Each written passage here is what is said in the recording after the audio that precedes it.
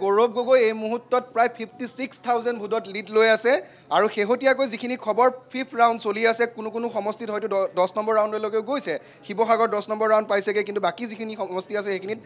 5th round চলি আছে মই প্ৰথমতে মাহমৰাৰ পৰা আহিছোঁ মাহমৰাৰ যিটো খবৰ শেহতীয়াকৈ আহিছে 26,993টা ভোট লাভ কৰিছে গৌৰৱ গগৈ 5th ৰাউণ্ডত আৰু তপন গগৈ লাভ কৰিছে 23,171টা অৰ্থাৎ 3,822টা ভোটত গৌৰৱ গগৈ আগবাঢ়ি আছে ডিমৌলৈ আহিছোঁ ডিমৌত 4,937টা ভোট লাভ কৰিছে গৌৰৱ গগৈ সমান্তৰালভাৱে তপন কুমাৰ গগৈ লাভ কৰিছে 4,333টা অৰ্থাৎ 640টা ভোটত গৌৰৱ গগৈ তাত আগবাঢ়িছে শিৱসাগৰৰ খবৰ দিছোঁ শিৱসাগৰত 3,736টা ভোট লাভ কৰিছে গৌৰৱ গগৈ তপন কুমাৰ গগৈ লাভ কৰিছে 4,409টা অৰ্থাৎ 713টা ভোটত তাত তপন কুমাৰ গগৈ 5th নম্বৰ ৰাউণ্ডত কিন্তু আগবাঢ়ি আছে নাজিৰাৰ খবৰ দিছোঁ নাজিৰাত 23,937টা ভোট লাভ কৰিছে গৌৰৱ গগৈ তাৰ বিপৰীতে তপন কুমাৰ গগৈ লাভ কৰিছে 20,612টা ভোট অৰ্থাৎ 3,384টা ভোটত আগবাঢ়ি আছে গৌৰৱ গগৈ মাজুলীলৈ আহিছোঁ মাজুলী 5th ৰাউণ্ডৰ খবৰ হৈছে 22,171টা ভোট লাভ কৰিছে গৌৰৱ গগৈ তাৰ বিপৰীতে তপন গগৈ লাভ কৰিছে 23,007টা ভোট অৰ্থাৎ মাজুলীত এতিয়ালৈকে কিন্তু তপন গগৈ আগবাঢ়ি আছে কিন্তু নেক টু নেক এটা ফাইট হৈছে বৰ বিশেষ এটা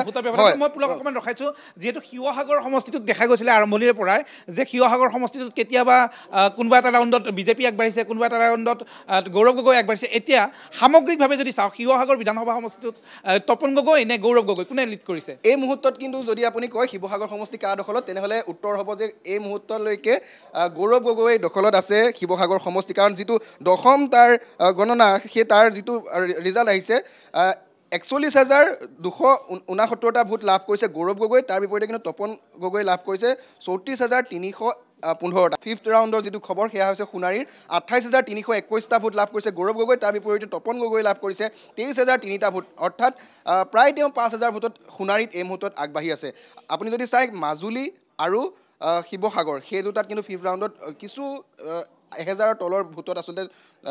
তপন কুমাৰ গগৈ আগবাঢ়ি আছে বাকী মৰিয়নিৰ যিটো খবৰ সেইটো হৈছে 5,150টা ভোটত এই মুহূৰ্তত গৌৰৱ গগৈ অগ্ৰগতি লাভ কৰি আছে